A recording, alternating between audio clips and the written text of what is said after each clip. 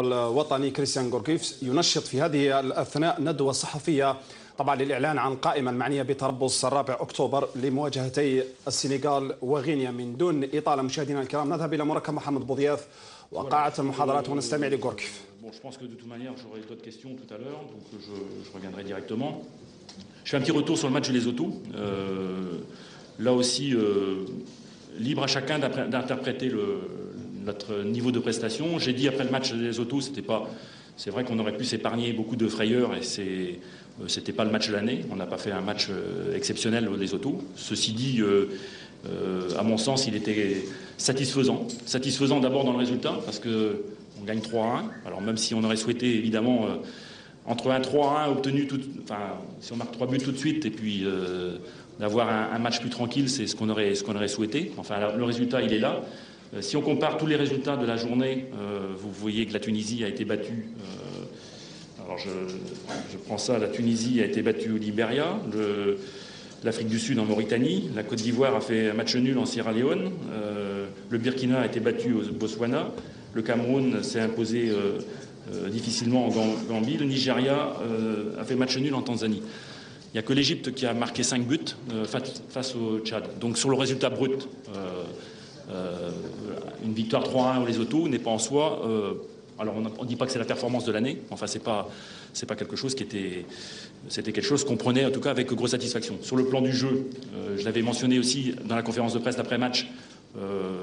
Sur le plan de la percussion, évidemment, on avait eu des déficiences parce que c'est un match où on aurait dû plier d'entrée. Il ne faut pas oublier aussi l'évolution du score parce qu'en concédant ce but, je l'avais dit, on se mettait dans de grosses difficultés. Et l'histoire d'un match, c'est aussi l'évolution du score. On ne peut pas toujours marquer 3 buts dans le premier quart d'heure pour se mettre à l'abri. Donc c'était des points qui ont été négatifs pour le déroulement de la rencontre. Ceci dit, sur le plan du jeu, sur le comportement de l'équipe, j'étais complètement satisfait. Donc avec une possession de balle de 70%, rechercher les équipes qui ont une possession de balle de 70% à l'extérieur. Alors même si c'est un élément statistique qui n'est pas non plus toujours, je dirais, probant, d'avoir le ballon 70% du temps à l'extérieur, c'est quand même une garantie en termes de maîtrise. Le ballon a toujours été à terre, dans des conditions très très difficiles. Donc on ne peut pas reprocher à l'équipe de pas avoir cherché à jouer. Et je pense que sur le plan du jeu, même si on a manqué de vitesse, comme je l'ai dit dans la percussion, c'était un match qui, moi, m'a semblé dans la lignée de ce qu'on voulait faire. Après, on peut avoir une autre conception du foot. On peut balancer des longs ballons devant, jouer derrière. Voilà, chacun a son appréciation. En ce qui me concerne, dans la recherche que l'on a, je dis que c'est pas un match...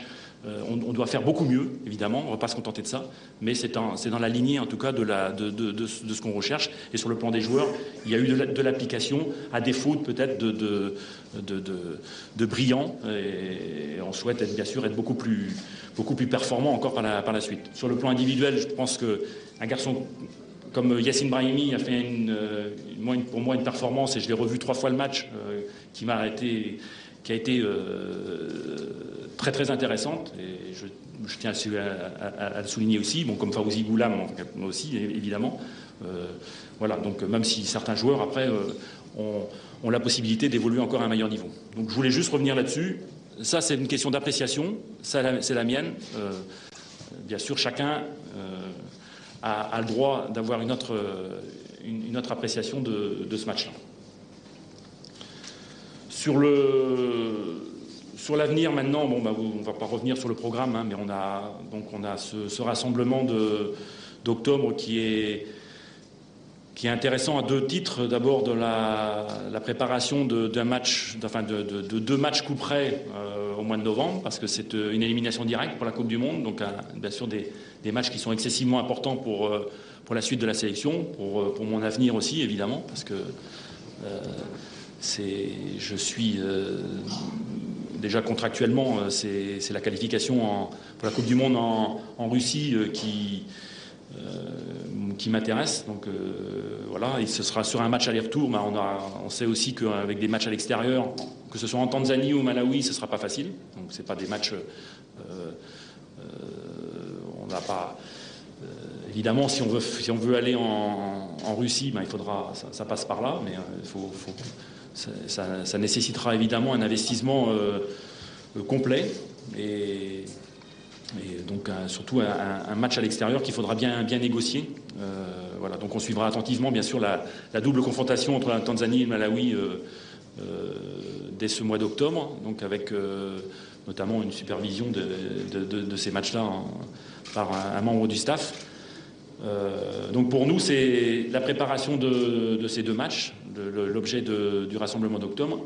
Et comme je l'avais dit aussi, comme ce sont des matchs amicaux, la possibilité d'avoir une ouverture sur quelques joueurs qu'on connaît moins et donc avec des perspectives d'avenir. Donc c'est ce que j'avais dit. Bon, voilà, donc je ne peux pas l'ouvrir non plus de façon inconsidérée, mais le stage aura ces deux objectifs, voir des nouveaux joueurs, certains joueurs, et puis affirmer encore un collectif au travers de joueurs cadres, en espérant que cette fois-ci on ait le maximum de joueurs valides. Alors pour les adversaires, déjà on a des adversaires africains. Bon, c'est aussi la difficulté dans cette époque-ci parce que les équipes européennes sont concernées par les éliminatoires de l'Euro, donc sont pas disponibles. Donc voilà, donc on s'est rabattu sur des équipes africaines, bon, qui en soi n'est pas un mal non plus parce que bon, ce sont aussi ce type de confrontation qu'on va être amené à avoir dans les éliminatoires, que ce soit de la CAN ou de la Coupe du Monde. Donc voilà. Et puis on a pris des adversaires de calibre, parce que bon, la Guinée, qui a fait une excellente CAN, quart de finaliste, c'est une bonne équipe, même si ces deux résultats sont un peu décevants sur les éliminatoires de la CAN 2017. Et puis bien sûr le Sénégal, qui pour moi était l'équipe peut-être majeure de la CAN, qu'on a eu le mérite d'éliminer en poule, et ça reste un adversaire un gros calibre sur le continent africain. Je pense que c'est une des meilleures équipes du continent. Donc ça fait deux matchs intéressants. On va être confronté notamment sur le plan athlétique, là je pense notamment au Sénégal, à des problèmes qu'il faudra être capable de résoudre. Le lieu, donc on va retrouver le 5 juillet, donc ça aussi, ça va être, pour moi une découverte, mais pour la plupart des joueurs aussi une découverte. Donc je pense que la solution de Blida c'était une solution d'appoint. Évidemment, l'avenir de la sélection passe par des matchs dans une enceinte plus adaptée, et le 5 juillet s'y prête complètement. Je suis très satisfait moi de la pelouse, parce que moi ce qui m'intéresse c'est surtout la qualité de la pelouse, donc j'espère qu'on saura mettre à profit justement ces conditions pour développer un jeu encore plus attrayant.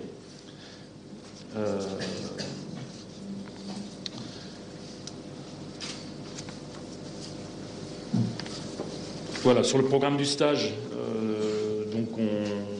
le stage débutera pour certains joueurs, donc ils arriveront le dimanche. Alors ce sera en fonction des matchs, et puis donc l'ensemble du groupe sera reconstitué le lundi soir. Donc on aura 2 entraînements le lundi, donc le lundi matin avec une partie de ceux qui arriveront, le lundi après-midi, un entraînement à 16h30 avec une zone mixte, donc à Sidi Moussa.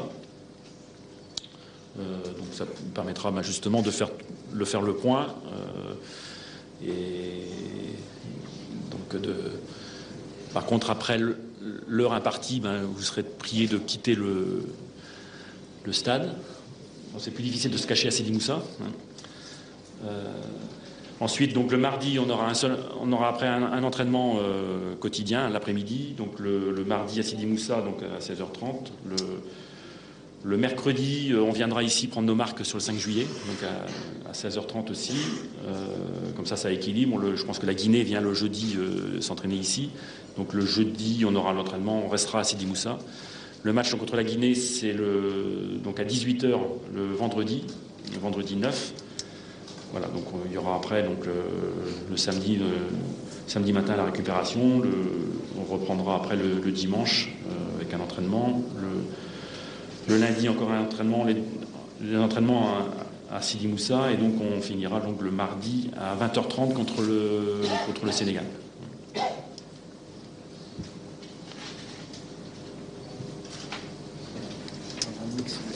Alors donc la zone mixte, comme j'ai signalé, le lundi 6 à 16h30, donc à Sidi Moussa. Bon, j'en reviens à la liste.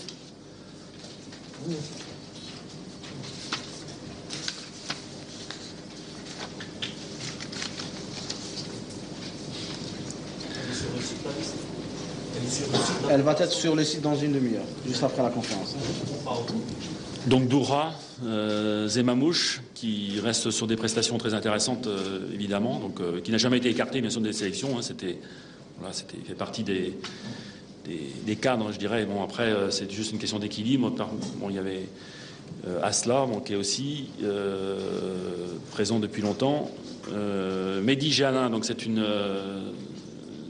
fait partie justement des joueurs qu'on voulait voir lors du stage, qui joue à Clermont, qui a une progression intéressante, donc encore un jeune joueur, donc voilà, ça la possibilité de le voir. Donc on aura 4 gardiens dans le stage. Mehdi Zéphane, qui fait un très bon début de saison et qui, je pense, va mettre à profit sa venue à Rennes pour et avoir du temps de jeu et progresser aussi. Achoud, bon, qui pour moi c'est un joueur aussi qui est pas nouveau et qui est intéressant. Boudbouba, que j'ai vu fréquemment avec Léa Prime, donc que je connais bien, qui reste aussi sur de bonnes prestations avec Kusma. Karl Medjani, qui est un petit peu en difficulté dans son club, mais qui, j'espère, va retrouver du temps de jeu et que de toute manière, sa présence ne se discute pas. Belkaroui, Fawzi Goulam, donc un nouveau joueur qui était un petit peu annoncé, c'est Tarat, Mehdi Tarat, qui est du Paris FC, qui lui aussi est un joueur qui vient du national, qui joue en L2, qui est un garçon jeune, qui a une progression intéressante et qu'on souhaitait voir aussi dans ce stage, qui est utilisé comme milieu défensif dans son club, mais qui, dans la sélection, pourra postuler à un poste de défenseur central. Donc, il est d'ailleurs de formation défenseur central. Roaled, qui m'a... Bon, c'est pas une découverte non plus, mais qui m'a beaucoup plu lors du stage qui a précédé les autos, qui a confirmé que c'est un joueur mature et qui est un joueur qui peut compter pour la suite. Je ne fais pas de fixation sur l'âge aussi. Au départ, évidemment, on cherche des joueurs plus jeunes, mais à 30 ans, on a encore un bel avenir, surtout que sur le plan du professionnalisme, je crois que c'est un joueur qui est exemplaire. Sofiane Fegouli, donc en espérant qu'il ne se blesse pas d'ici là, mais Sofiane n'avait pas joué contre les Seychelles, n'avait pas joué contre le Qatar, donc c'est à Sofiane au niveau auquel il était hier, bien sûr, et sera extrêmement intéressant. En tout cas, j'ai dit, c'est un joueur important pour la sélection. Riyad Boudebouz, qui avait raté son match contre le Lesotho, mais qu'on n'élimine pas pour autant, c'est pas évidemment. Safir Taider, qui a retrouvé du temps de jeu avec Bologne aussi. Même s'il n'a pas été titulaire l'autre jour. Mehdi Abed, qu'on veut revoir aussi. Nabil Bentaleb, qui a repris individuellement, qui va reprendre dans le groupe cette semaine. Donc évidemment, il y aura peut-être un déficit de compétition, mais Nabil est un joueur sur lequel, bien sûr, je compte dans l'avenir et le proche avenir. Donc Ahmed Kachi, Walid Mesloub, qui a été blessé aussi là une semaine, qui n'a pas fait des matchs, mais c'était une contusion, donc il n'y a pas de problème majeur. Riyad Mahrez, qui flambe aussi, donc qu'on espère retrouver dans le même état d'esprit avec nous. Un nouveau joueur qu'on suit depuis l'année dernière, Saïd Berrama, qui est un peu en déficit de temps de jeu parce que Nice, il y a beaucoup de concurrence aussi, mais qui est un jeune joueur intéressant, percutant sur le côté, donc voilà, qu'on souhaitait voir, c'était l'opportunité de le voir. Islam Slimani, Hilal Soudani, Isaac Belfodil, Yassine Brahimi et Bagdad Bounedjda. Bon, donc là, c'est du classique. Voilà, donc sur les... Juste sans trop m'étendre sur les absents, déjà Issa Mandi, bon, donc, qui a eu une entorse du genou avec le ligament latéral qui est touché. Bon, on espère que le délai sera assez court, mais bon, c'est toujours des blessures qui sont embêtantes. On a disponibilité estimée entre 4 et 6 semaines, et donc on suivra l'évolution avec beaucoup d'attention, évidemment, parce que le forfait de Aïssa pour le mois de novembre serait un handicap majeur. Voilà, mais j'ai bon espoir de récupérer quand même. Voilà, en ce qui concerne... voilà, un petit mot aussi pour Rafik Alish qui est venu ici, qui se remet bien, donc qui sera opérationnel, je pense, dès le mois de janvier. Bon, voilà, on n'oublie pas aussi ces absents de longue durée, même que Djabou qui va reprendre, donc on verra bien sûr l'évolution de leur rééducation. Sur des joueurs aussi qu'on a laissés à disposition des Olympiques qui auraient pu postuler, il s'agit de Ben Sebaini qui est laissé à disposition des Olympiques. C'est Ben Sebaini. Et puis aussi un joueur qui est intéressant, qui fait des prestations intéressantes avec El Arach, c'est Charles, le gardien, Charles qui aurait pu aussi postuler à, justement, c'est l'occasion de le voir, mais bon, comme il est avec les Olympiques, on essaye de le faire de façon intelligente. Et voilà, donc c'est des joueurs qu'on suit bien sûr dans le proche avenir. Il y a aussi un absent que j'aurais bien voulu voir ici, c'était aussi une Benayada qui est avec les militaires. Donc voilà, c'est dommage parce que c'est un garçon que je trouve qui a beaucoup de qualité. Et bon, mais par contre, on le laisse bien sûr à disposition des militaires qui font le championnat du monde. Donc on essaye aussi d'être cohérent un peu par rapport à toutes les diverses sélections. Bon, sur les absents, bon, Raïs Mboli, bon, qui a joué juste un match de coupe, donc bien sûr qu'on attend qu'il ait davantage de temps de jeu avec le club d'Antalya. Voilà, après c'est toujours des joueurs qui sont en déficit de temps de jeu, comme Saïd Ben Kaleb, Adlen Guedura, il y a Brahim Cheney aussi qui n'a pas repris avec le club africain, donc on suit l'évolution. Jamel Mesbah qui a fait 2 matchs quand même avec la Sampdoria, mais c'est bon, juste depuis 8 jours, donc on verra aussi l'évolution. Bon, Rachid Ghezal qui a très peu de temps de jeu aussi avec Lyon. Et puis un garçon qui m'a bien plu dans le stage aussi, c'est aussi Nel Orfi, bon, par contre qui joue pas avec l'USMA, donc c'est difficile aussi de le sélectionner, mais je pense que c'est un joueur qui m'a semblé avoir de belles perspectives aussi pour la suite.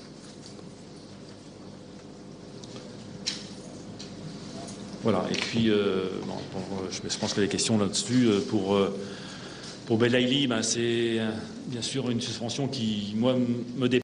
Voilà, c'était donc voilà. En tout cas, comme j'ai cru entendre, je suis de près ou de loin, en rien. C'est d'ailleurs de méconnaître le fonctionnement de la commission médicale contre le contrôle du dopage. Donc j'ai appris ça. C'est très, très dommageable pour lui, évidemment, pour son club, et puis aussi pour la sélection, parce que, comme j'ai eu l'occasion de le dire, c'est un joueur qui a beaucoup de talent. J'avais dit qu'il fallait qu'il travaille encore davantage au niveau international. Maintenant, évidemment, ce sont des sanctions qui peuvent mettre un frein à sa carrière. Et voilà. Mais en tout cas, je veux dire, j'ai pas de commentaire à faire là-dessus, mais je suis en rien. J'ai pas été informé précédemment, donc son absence dans le précédent stage n'avait aucune corrélation, en tout cas, avec cette sanction. Voilà, donc, je suis ouvert à vos questions.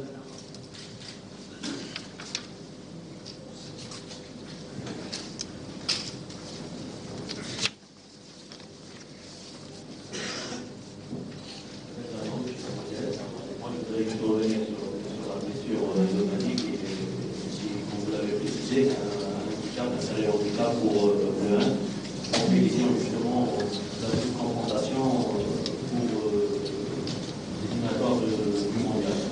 Quelles sont les solutions que vous allez apporter pour justement parer à cette détection? Déjà, par la force des choses, il y aura des joueurs là, qui figurent dans la liste qui vont jouer. Je pense à Roualed, par exemple, qui est un joueur d'expérience, qui a la maturité. Donc, je pense que c'est un joueur qui me semble apte à répondre tout à fait au remplacement d'Aïssa. Voilà, maintenant, il y a aussi, comme j'ai dit, dans la liste, on a 4 défenseurs centraux. Donc on aura l'occasion de les voir certainement.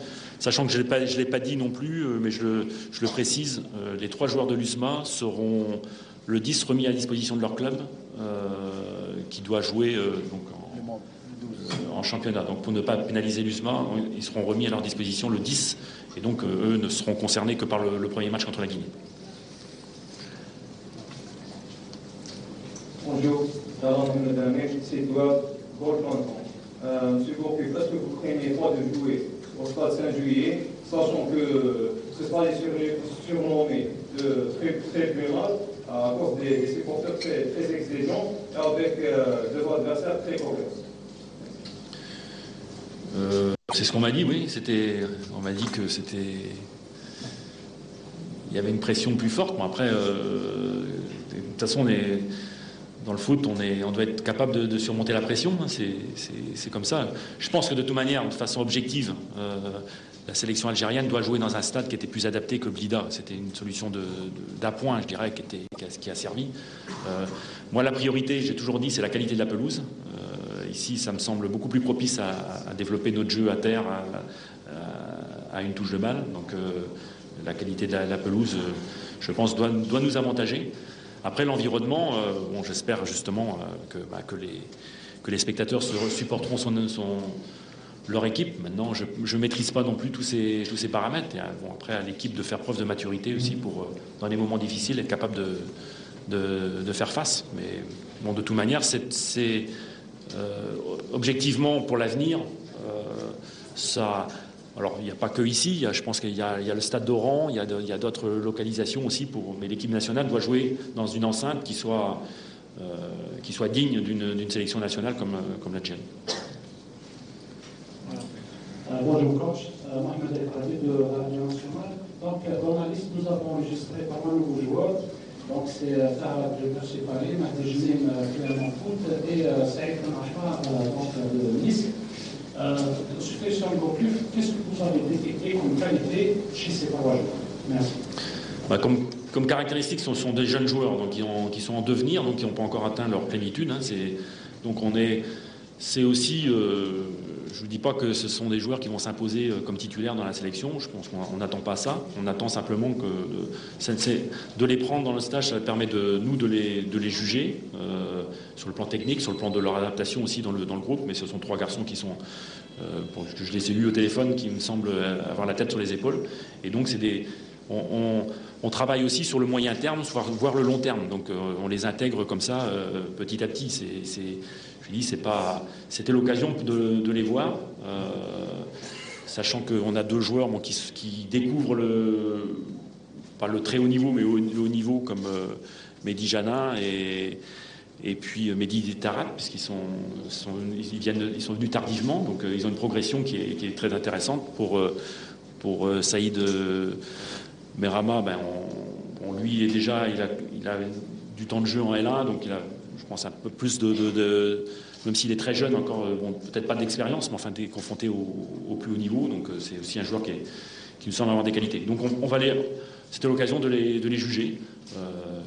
Maintenant, je vous dis, on n'exclut pas ceux qui ne sont pas dans la liste et qu'on voit pas et qu'on connaît peut-être un petit peu mieux.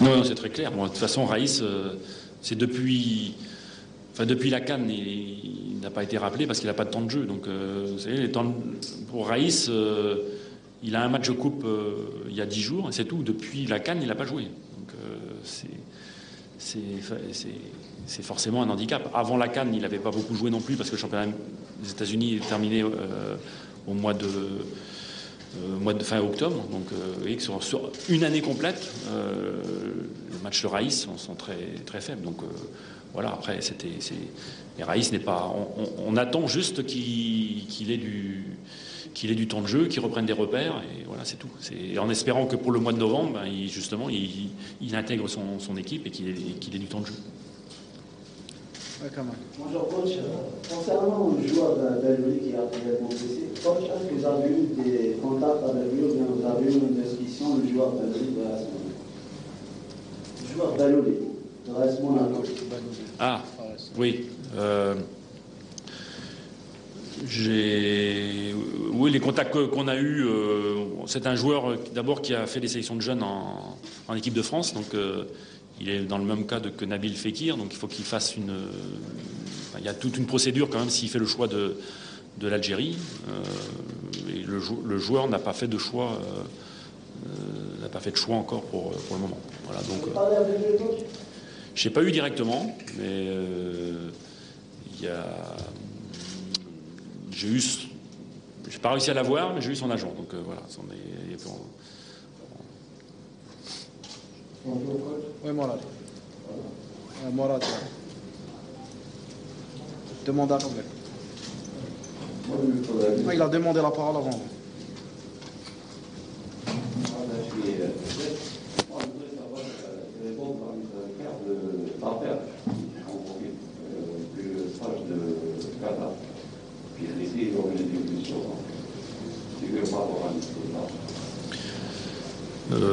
Oui, bah c'était effectivement un joueur qu'on aurait pu voir aussi dans ces conditions. Bon, disons que on a fait d'autres choix par exemple avec le choix de Berama, donc voilà, qui sont à peu près dans le même registre. Bon, Yanis Tafer, je connais bien aussi depuis longtemps, donc c'est juste ses prestations après avec son club qui permettront d'avoir une ouverture. Mais voilà, il faut faire un choix, on ne peut pas l'ouvrir non plus.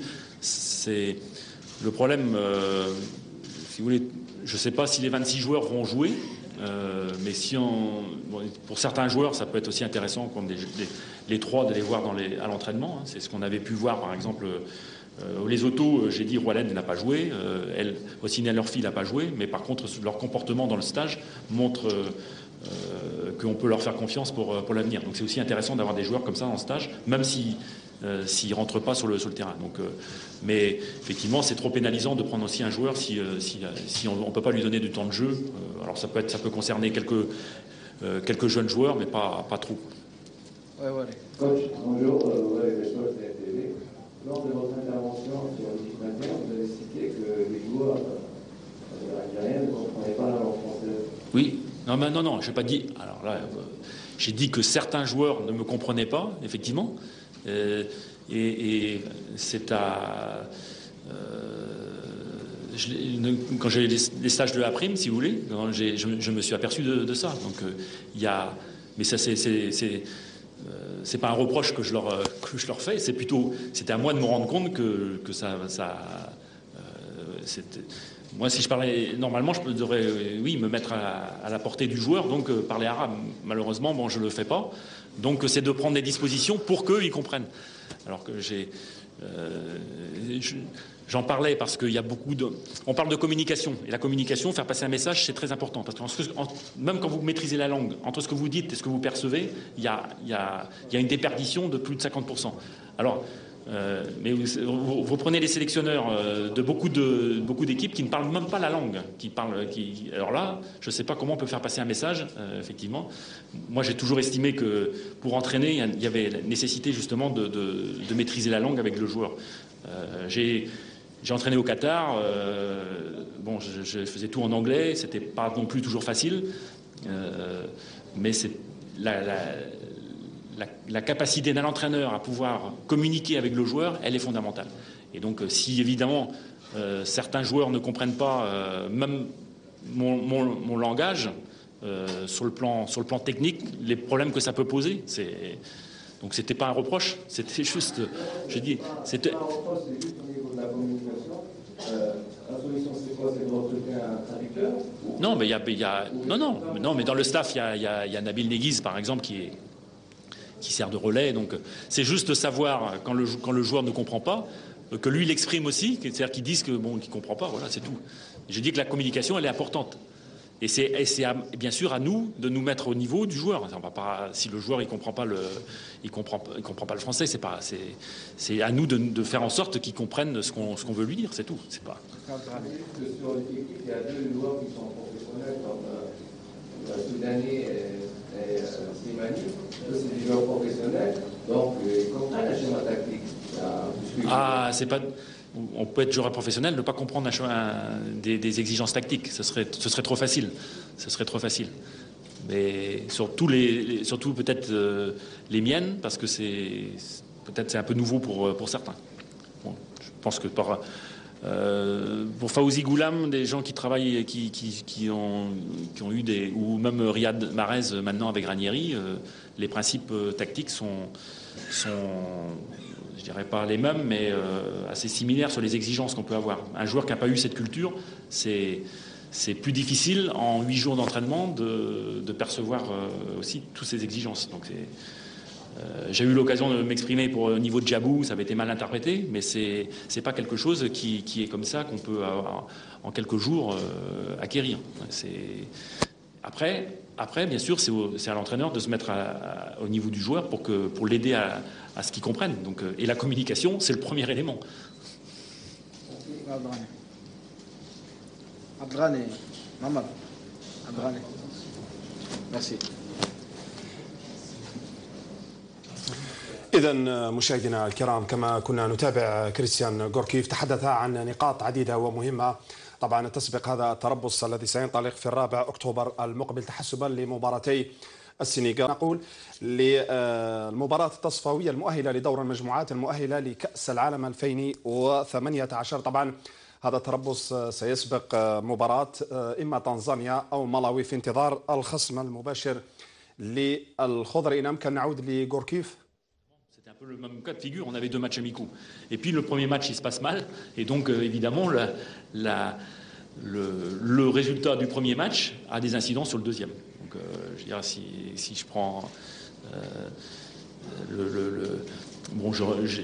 avant les 2 matchs j'aurais une idée. Maintenant évidemment l'issue du premier match et le comportement de l'équipe au premier match aura des incidences sur le deuxième. Maintenant c'est une équipe nationale, tous les résultats sont importants pour l'équipe nationale, pour moi, pour les joueurs, donc on ne peut pas faire n'importe quoi non plus en termes d'essais. Parce que tout le monde est friand de nouveautés et de voir des choses. Quand ça se passe mal, par contre, c'est le retour de Maton. Je me souviens du match Mali aussi où j'ai fait quelques essais. Ça a été après une interprétation en disant que c'était... Voilà, qu'on n'aurait pas dû faire ces essais-là.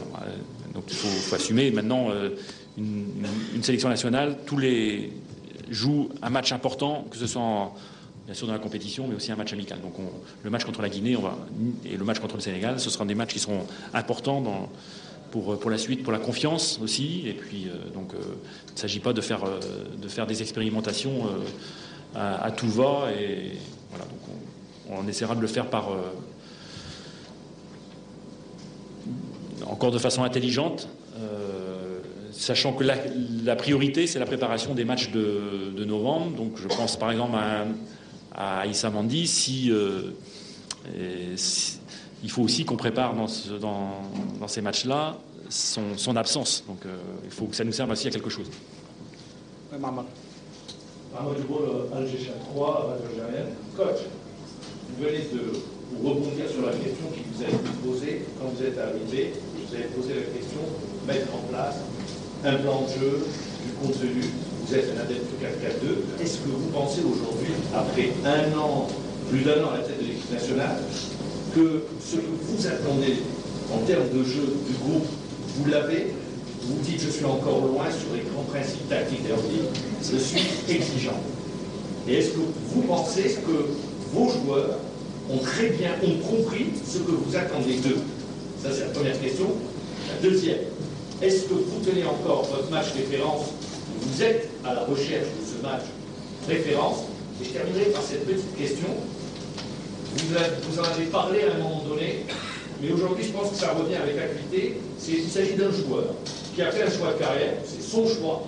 C'est Ishaq Holfoudi, qui n'a pas choisi le plus grand des championnats, bien au contraire, dans un petit club. Est-ce que vous ne pensez pas qu'à travers son choix, il est en train de prendre ses distances avec l'équipe nationale, même si à chaque fois, vous lui renouvelez votre confiance? Merci. Alors, en ce qui concerne la première question, oui, non, le match référence, je pense qu'on a eu dans les éliminatoires de l'automne des périodes de match très, très intéressantes. Je pense au Malawi, par exemple, pour les 20 premières minutes, où vous savez, il y a eu un niveau de jeu exceptionnel, avec un Yassine Brahimi au top de sa forme, donc Sofiane Tegouli qui était à haut niveau aussi. Donc voilà. Après, pour la CAN, c'est vrai pour des raisons diverses, mais aussi des joueurs qui n'étaient pas à leur meilleur niveau, on n'a pas, on espérait mieux. Il y a eu le match après, qu'est-ce qu'on a eu? On a eu des matchs, bon, les autos, j'ai dit, les Seychelles, c'était aussi des matchs qui sont particuliers. Vous savez, dans le problème de ces matchs-là, c'est que on a joué les autos et Seychelles, on a joué dans les 30 mètres. On joue dans les 30 mètres, donc vous avez on a une configuration de match qui est auquel il faut s'adapter. C'est-à-dire, si vous restez dans un 4-4-2, si vous êtes c'est pour ça que certaines personnes ne perçoivent pas ça, mais quand on joue, quand on domine de cette façon-là un adversaire, on a forcément une organisation qui va être différente, parce qu'on est où on reste derrière, on joue en contre et il n'y a rien qui se passe. On joue contre les Seychelles, si on reste placé, on attend des contres, il y aura jamais rien. Contre les autos, c'est exactement la même chose. Donc c'est des matchs qui sont quand même très particuliers, où on n'a pas où il faut faire la décision face à un adversaire qui défend dans des conditions de jeu difficiles, et donc ça peut donner quelquefois l'image d'un jeu qui est un peu désordonné, où il y a beaucoup de permutations, mais les permutations permettent justement de troubler l'adversaire. Donc si on a un jeu qui est trop structuré dans ces conditions-là, auquel moi je me réfère, mais ce sont les conditions du match qui l'imposent, de déstructurer le bloc pour créer un déséquilibre face à un adversaire qui reste dans les 30 mètres. C'est pour ça que, par exemple, il y a beaucoup de permutations il y a eu entre Hilal Soudani, Riyad Mahrez et Yassine Brahimi, parce que si vous avez des joueurs qui restent dans leur position fixe, dans les 30 mètres, il se passe rien. Voilà. Donc moi, ce que je pense que par contre, dans des matchs face à des confrontations à des adversaires plus solides, où l'adversaire jouera davantage le jeu, où le jeu sera plus structuré, on devrait retrouver une organisation beaucoup plus cohérente, qui devrait être qu'on retrouve par exemple dans des matchs de Coupe du Monde, où là on peut jouer. Mais là aussi, les matchs de Coupe du Monde et les matchs c'est différent de tenir tête à l'Allemagne en défendant et en contrant que de jouer contre les autos dans les 30 mètres en forçant la décision et de ne pas se faire piéger en contre. Et je l'avais dit au mois d'août, entre résister et imposer son jeu, il y a un monde d'écart. Hein. Et si la sélection algérienne veut sur le long terme s'imposer, il faut imposer son jeu. C'est comme ça c'est comme ça que je suis arrivé ici. C'était la volonté de s'imposer à l'adversaire et pas simplement de faire de la résistance. Donc sur le plan tactique, non, je suis jamais content de toute façon. Donc c'est pas et sur le plan ce que vous avez dit sur certains joueurs, déjà les rassemblent. Moi, j'ai d'excellents contacts avec les joueurs. Je pense que sur le plan de la sensibilité, j'ai aucun problème. avec les joueurs sur la philosophie, sur le travail tactique lui-même, il n'y a pas de problème. Après c'est vrai qu'il y a des problèmes de compréhension. Et chez des joueurs même qui évoluent quelquefois au plus haut niveau, ça c'est vrai. Et ce que je vous dis, moi, ce qui est nouveau par rapport à moi, qui ai travaillé pendant 25 ans, c'est que les automatismes, j'ai travaillé tous les jours pendant des mois et pendant des années, et donc les automatismes, ça rentrait. Là, en sélection, vous avez 3 jours pour faire rentrer des automatismes. Quelquefois, ce sont des choses qu'ils n'ont jamais connues et qui sont contraires quelquefois à ce qu'ils font. Entre la zone, par exemple, et le marquage individuel, il y a un monde d'écart, il y a un comportement qui est... Donc, vous ne pouvez pas avoir les mêmes exigences, évidemment. Ça, je l'ai bien perçu en prenant cette fonction. Donc, il faut la souplesse, il faut du temps et chez certains joueurs, c'est pas naturel. Mais il n'y a pas de mauvaise volonté. Et ça, c'est la première chose. Parce que s'il n'y a déjà pas la volonté de le faire les choses, je pense que là, il faut se séparer du joueur. Il n'y a pas de problème. Mais dans le groupe, je pense qu'il y a une bonne adhésion, je dirais, dans ce qu'on veut faire. Parce que déjà, le joueur, il a du plaisir à jouer, je pense. Et comme je reviens je rebondis là-dessus, je n'en fais pas une fixation, mais je crois que les joueurs viennent en sélection avec beaucoup de plaisir, beaucoup d'envie, parce qu'il y a déjà une excellente ambiance, quoi qu'on en dise aussi, et qui trouvent du plaisir dans l'entraînement et dans les matchs. Et le fait que Sofiane, qu'on mette en doute la volonté de Sofiane de venir nous rejoindre, je pense que c'est pas honnête. Et la dernière question, ça concernait... Alors Isaac... je regrette, évidemment, je regrette. Vous savez, mais par contre, je l'ai dit aussi, Isaac m'a tenu au courant. Et ce que je ne comprends pas, c'est qu'un joueur libre de son niveau n'ait pas trouvé de club. Alors après, moi, je ne suis pas son agent, je ne sais pas mais c'est ça que ça me semble incompréhensible. J'ai eu des contacts, moi, avec des clubs. J'ai vendu Isaac parce que je crois que c'est un joueur qui a des qualités. Et les clubs étaient réticents pour différentes raisons, mais je pense aussi qu'on lui fait une réputation qui correspond pas à la réalité. Et Isaac, il s'est retrouvé aux Émirats. Je dis, c'est presque par défaut. Enfin, ça, c'est clair que lui, il savait très bien que, même si c'est pas, il joue. Mais évidemment, pour un joueur de son calibre, continuer en Europe, ça aurait été beaucoup plus intéressant pour sa progression. Et pour la sélection aussi, évidemment. Bonjour coach, coach, première question par rapport au joueur du MCA Aouaj. Dernièrement, vous avez encensé ce joueur en disant Pardon? que vous allez... Aouaj, MCA. Oui. Vous l'avez encensé dernièrement en disant que vous allez l'appeler dans ce stage. Il n'est pas dans sa liste. Le deuxième joueur, c'est Karaoui du MCA. C'est un joueur régulier et qui viendrait toujours dans votre liste. Mais je pense que vous ne lui avez jamais donné sa chance. Deuxième question, coach. Par rapport à la formation, on voit en ce moment qu'il y a le stage des U20 à Sidi Moussa. Le stage va débuter le 27 septembre et se finit le 1er octobre. Trouvez-vous normal qu'un stage de jeunes qui dure une semaine? Est-ce que c'est normal? Un cycle de formation normalement c'est 4 à 6 semaines. Et il faut la répétition. Est-ce que vous allez faire des stages de longue durée pour les sélections de jeunes? Et dernière question, c'est par rapport à la réunion avec le président des entraîneurs de la semaine dernière. Des entraîneurs en santé qui se sont fait sanctionner. Vous, comme coach ou bien comme sélectionneur, comment vous voyez cette affaire? Est-ce que c'est normal de sanctionner des gens qui ne sont pas venus à votre réunion? Merci. Alors, je préfère une par une parce qu'après, je ne suis pas encore sénile, mais je n'arrive pas à me souvenir. Alors, la première, c'était le... Ah, Wedge. Non, Wedge, j'avais pas promis qu'il serait dans la sélection. J'ai dit que c'était un joueur qui était intéressant, effectivement. Ouais, là, il était... je l'ai vu un peu moins bon après l'autre jour.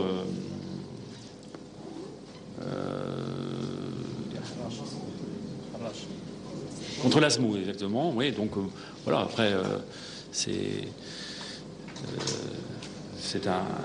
un joueur qui est jeune, qui est intéressant. Oui, je confirme. Il était très bon l'autre jour encore. Donc voilà, il n'y a pas de problème. Mais c'était pas un engagement de ma part qu'il soit là. Pour Amir, alors Karoui, bon, je le connais mieux parce qu'il a fait tous les stages de la prime, donc c'est un garçon fiable sur le plan de l'activité. Bon, là, il y a déjà dans le groupe, il y a 6 joueurs milieu axiaux, donc ça pas trop d'intérêt d'en mettre un 7e et puis de faire le stage et puis de ne pas donner de temps de jeu. Donc voilà, pour Amir, ça fait partie des joueurs locaux fiables. Voilà. Après, dans ce secteur de jeu, il y a d'autres joueurs et bon, je pense notamment à Ahmed Kachi qui a très peu de temps de jeu aussi avec la sélection que j'ai pris. Bon, ça peut-être l'occasion aussi justement de le voir dans ces matchs-là. Et la 3e question. Alors les U20, les U20 sont beaucoup entraînés donc cet été parce qu'il faut qu'il y ait un équilibre au niveau déjà de la scolarité. Ça c'est important. On peut pas prendre une sélection et ça doit être un complément, la sélection. C'est le travail dans le club qui est fondamental. Le travail dans le club. Après, les jeunes, ils ont aussi une scolarité qu'il faut respecter. Donc c'est tout un équilibre. Donc il faut faire des stages de façon intelligente. Et ça doit correspondre à des périodes où ils sont plus disponibles. Donc voilà, sur le plan des sélections, il y aura avec les nouvelles dispositions, il y aura une meilleure coordination entre les différentes sélections, entre les Olympiques, entre les U20. Mais il y a dans la progression du joueur, il y a aussi le respect d'un équilibre sur le plan équilibre psychologique, familial, bon, de pas le couper de l'environnement, équilibre aussi avec le club. Et la sélection, ce ne sont que des rappels pour inciter à aller plus haut, mais évidemment le gros de la formation doit se faire dans le club, ce qui se fait peut-être pas toujours, mais ça c'est justement ça qui est dommageable peut-être pour la formation. Alors réunion des entraîneurs, les sanctions que je connaissais pas, c'est des sanctions purement administratives, ce sont les clubs qui sont sanctionnés, c'est pas les entraîneurs qui sont sanctionnés. Hein, donc oui, mais ce sont les clubs, pas personnellement les entraîneurs. Alors après, il y a des entraîneurs. J'ai un entraîneur qui a su par son club la veille qu'il y avait une réunion, donc qui s'était déjà engagé, qui s'est excusé. Bon, voilà. Moi, je peux pas. Pour les sanctions, c'est écrit dans les règlements du football professionnel. Le club est tenu de faire participer ses administrateurs ou ses entraîneurs dans chaque réunion ou chaque séminaire organisé par la fédération. C'est ce qui a été fait lors du séminaire FIFA pour les administrateurs où les clubs qui se sont absentés ont été sanctionnés, ce qui a été aussi fait pour les entraîneurs. C'est pas spécifique à la fédération algérienne, c'est dans les règlements. C'est dans toutes les fédérations. C'est dans les règlements. Après, j'en prends. Ouais, moi, c'est pas un problème personnel. Pas... Exactement. Oui, Acha.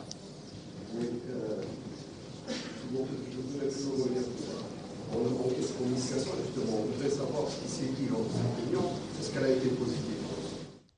إذا مشاهدينا الكرام، كما كنا نتابع في هذه الندوة الصحفية الهامة التي يعقدها كريستيان غوركيف مدرب المنتخب الوطني. إذا نقاط مهمة تحدث عنها غوركيف في هذه الندوة. طبعا قبل التطرق إلى القائمة المستدعاة لمباراتي السنغال ومنتخب غينيا، تحدث عن نقطة مهمة ربما فاجأت الإعلاميين والصحافة لما قال بأنه سيغير العقلية والتعامل مع الإعلاميين، طبعا بسبب ما أسماه غوركيف بوجود خلاف وهمي هكذا بين غوركيف وهلال العربي السوداني. إذن محمد قاس سعيد اللاعب الدولي السابق ومحلل قناة نهار، القائمة ربما ضمت لاعبين كان متوقع استدعائهم ولو أنه فيه بعض المفاجآت. لا فاروق هو كان الداخل الوطني يوافي لمبادئه، يعني تقريبا كل لاعبين ينشطون في خارج الجزائر الا ما عدا 3 اللي هما خوالد بدبوده وحشود. وحتى وين نشوفوا اليوم اقصاء، يعني لاعب كان ضحيه ربما قورمي اللي ما عطالوش الفرصه وراه اليوم راهو ضحيه، يعني نقول لك كان وافي لمبادئه. سنستمر محمد قاس سعيد في الحديث عن هذه الندوه، ربما كما يشير لها الزملاء نعود إلى غوركيف الذي واصل الإجابة والحديث عن عدة أمور تخص المنتخب الوطني. نتابع. Nous, il ne s'agit pas de...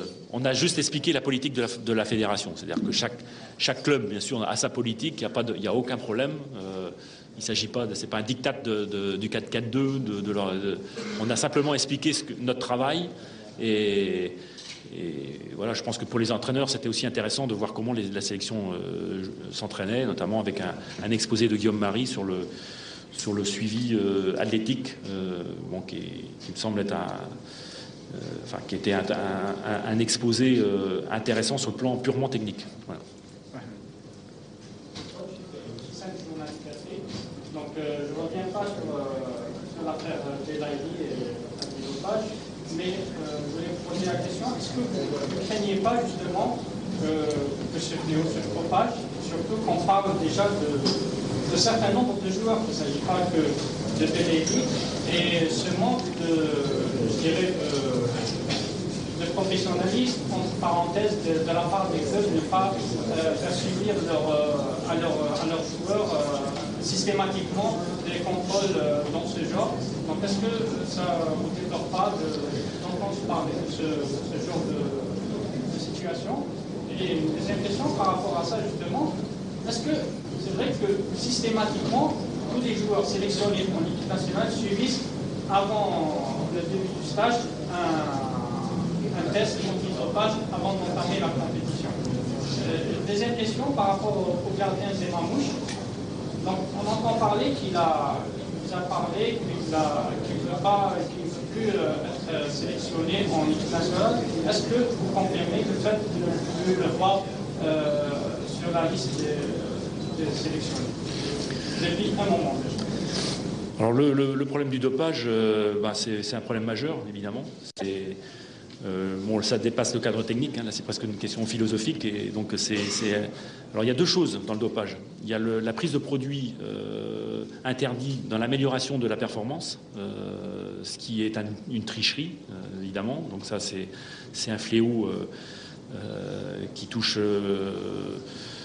tous les sports et qui est un gros problème parce que en général la recherche est en avance sur les policiers, je dirais. Donc c'est vraiment un gros problème qui touche tous les pays. Et puis il y a la prise de produits interdits, mais qui sont pas forcément dans l'amélioration de la performance. C'est une question d'hygiène de vie. Donc voilà. Donc ça c'est un problème qui est aussi grave parce que c'est un problème de société. Donc vous avez parlé de professionnalisme, c'est tout à fait ça. C'est-à-dire que quand on est professionnel, on respecte son sport, on se respecte soi-même. Donc je crois que le respect des règles, c'est le fondement du sport. Respect des règles sur le terrain, parce que pour moi c'est ma philosophie, de gagner en respectant les règles, et bien sûr en dehors également, de respecter les règles et se respecter soi-même. C'est une éducation qui dépasse le cadre du sport, évidemment, mais c'est quelque chose qui...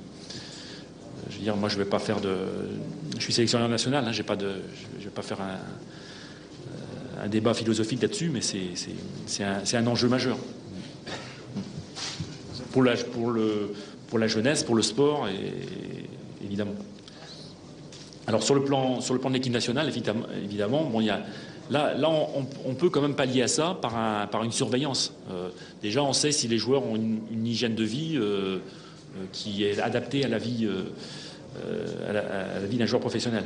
Et dans les clubs, on peut évidemment faire des contrôles, un suivi longitudinal notamment, qui existe en sélection. Donc là, les joueurs sont suivis, ont des prises de sang régulières. Donc voilà, il y a un suivi de tous les paramètres, ce qui n'exclut pas des cas de dopage qui peuvent exister de façon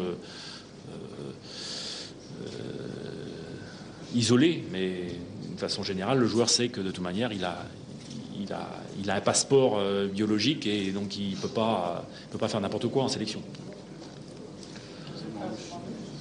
Non, c'est pour Zemamouche, il enfin, je ne l'ai pas eu d'ailleurs, je ne l'ai pas eu au téléphone. Non, non. Vous savez, il y a un garçon aussi qui a disparu des listes, c'est Sid Ahmed, qui est un garçon formidable, et puis qui à un moment donné, le fait d'être troisième gardien, ça le pesait, et donc bon, voilà, c'est difficile. Il y a un joueur qui arrive à un certain âge qui se retrouve systématiquement sur le banc, c'est pesant. Donc le cas de Zemamouche, d'abord il a été blessé puisqu'il il devait faire la CAN, il a été blessé. Après il a été blessé pour le rassemblement suivant aussi au Qatar. Et puis après le prendre comme troisième.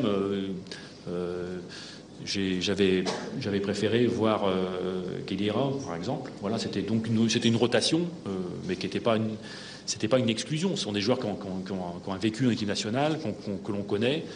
Après, leur motivation, évidemment, de rester sur le banc, elle n'est pas toujours au top. Et quelquefois, il faut un peu renouveler. Mais là, ses performances actuelles m'amènent à le revoir, pour le remettre dans le circuit. Et puis, évidemment, c'est un joueur qui peut aussi, au mois de novembre, défendre les buts de l'équipe nationale. Donc, il n'y a pas de compromis entre vous pour qu'il soit plus... Non, simplement le prendre pour être troisième gardien longtemps, ça peut lui peser, donc on verra au cas par cas. Quoi. Il n'a jamais été exclu de l'équipe nationale. À un moment donné, j'ai pas dit avec Cédric Sidamed, j'ai eu une discussion avec lui. Il a souhaité que je le sollicite pas comme troisième. Bon voilà, donc j'ai bien compris son message et donc on s'est efforcé de ne pas le faire et en essayant de mettre à profit justement cette situation pour voir d'autres joueurs. Et pour Zema, c'est un peu la même chose. Une question sur le football algérien, le football local. Ça fait un an que vous êtes en des sélections.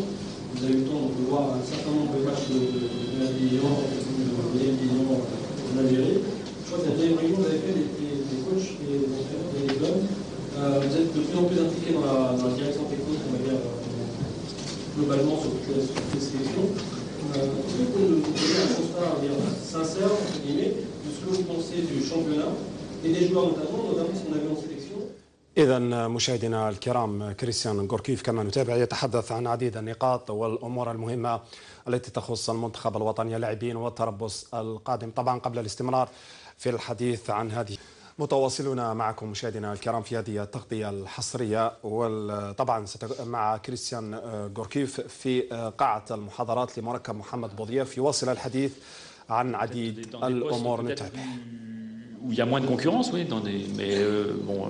j'ai parlé de Roiled, je vais pas m'avancer non plus parce qu'on verra bien, mais c'est un joueur qui me semble, déjà par son comportement dans son club à l'USMA, me semble avoir une carrure, une maturité pour évoluer dans l'équipe nationale.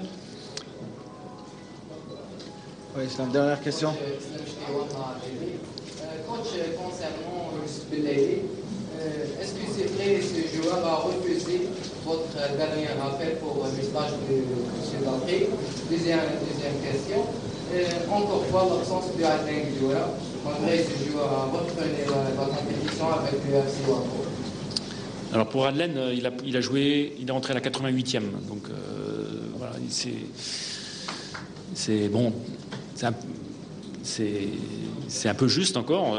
Adlen, voilà, de toute façon, j'étais clair avec lui au mois d'août. Il faut qu'il joue, il faut qu'il rejoue. J'espère qu'il va rejouer. Et puis, s'il rejoue, il postulera à la liste de novembre. Mais c'est Adlen, c'est Jamel Mesbah qui a fait les deux derniers matchs avec la Sampdoria, qui a rejoué depuis davantage. Mais pour Adlen, il est encore en déficit de temps de jeu. En ce qui concerne Belaïli, alors je vais vous dire franchement ce qui s'est passé. Donc, quand le dimanche soir on apprend la blessure de Sofiane Fegouli, on a cherché à le joindre. Bon, mais c'était très tard, hein, très tardivement, et on n'a pas pu le joindre. Donc voilà, après il a fallu vite se retourner parce que les délais étaient très courts. Mais il n'a pas refusé la sélection. On n'a pas réussi à le joindre. On a pris tout simplement. Donc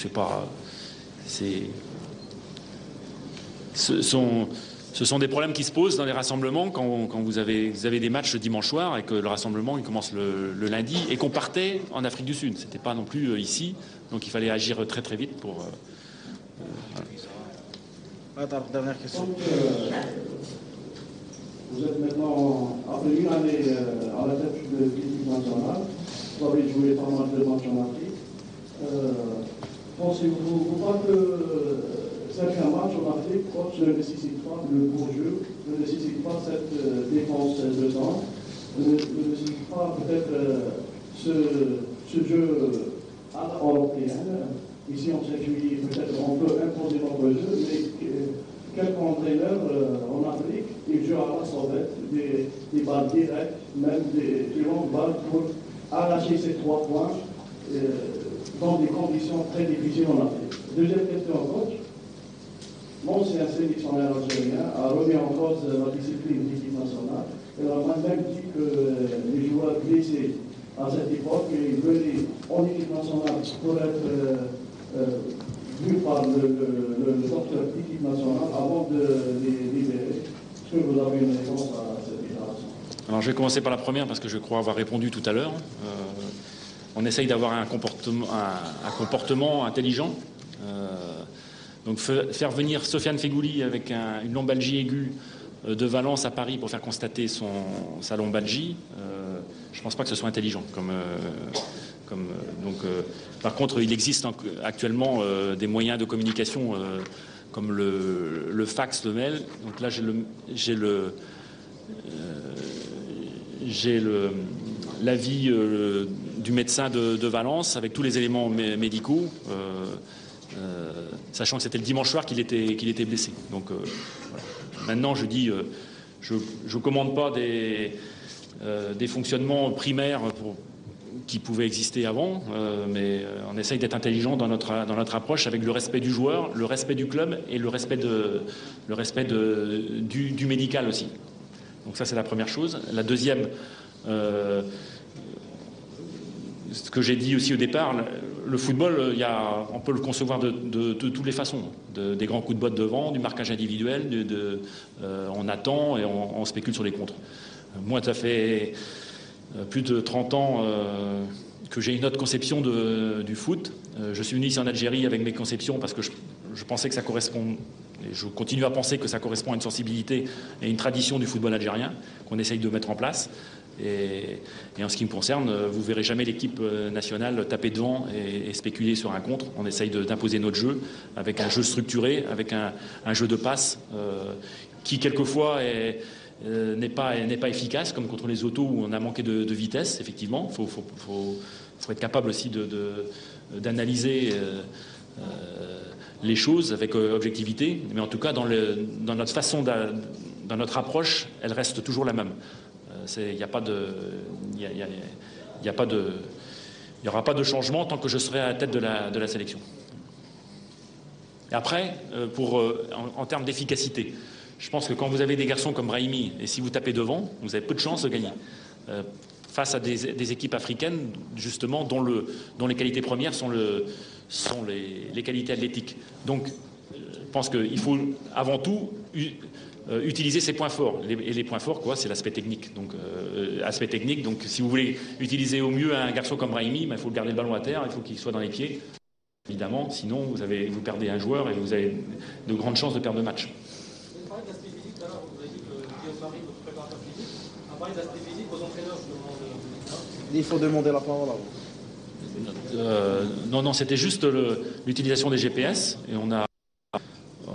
je pense qu'on est, au niveau de l'équipe nationale, on a un fonctionnement qui est assez, je ne veux pas dire novateur, qui est assez intéressant justement, l'utilisation de cette technologie avec le suivi des GPS et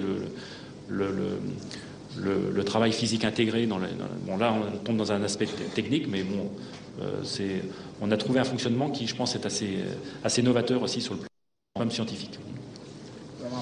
Sans faire dans la polémique, est-ce que vous pensez que les tacles que vous subissez de votre prédécesseur est-ce que vous pensez que les tacles que vous subissez de votre prédécesseur professeur, c'est contraire à l'éthique et au respect de la profession et des entraîneurs, sans faire dans la polémique. Oui, bah après, je sais pas.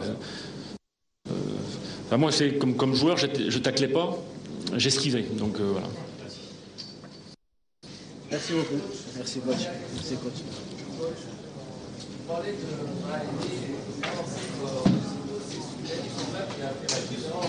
oui, vous vous souvenez du... Non, Hilal a fait une très bonne rentrée. Mais vous avez en mémoire le troisième but? Le troisième but.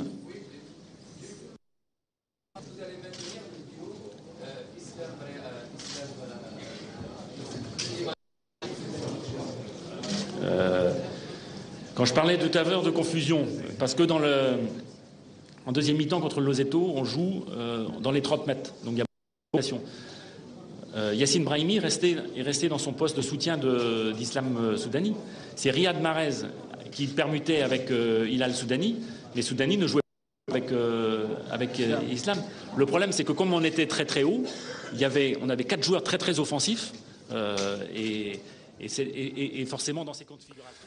إذا مشاهدينا الكرام، كريستيان غوركيف في هذه الأثناء كما كنا نتابع يتحدث عن المنتخب الوطني، عن اللاعبين، عن خيارته. طبعا دافع عن خيارته سواء باللاعبين المستدعين لهذه أو لهذا التربص أو بالنسبة للاعبين المبعدين من هذا التربص.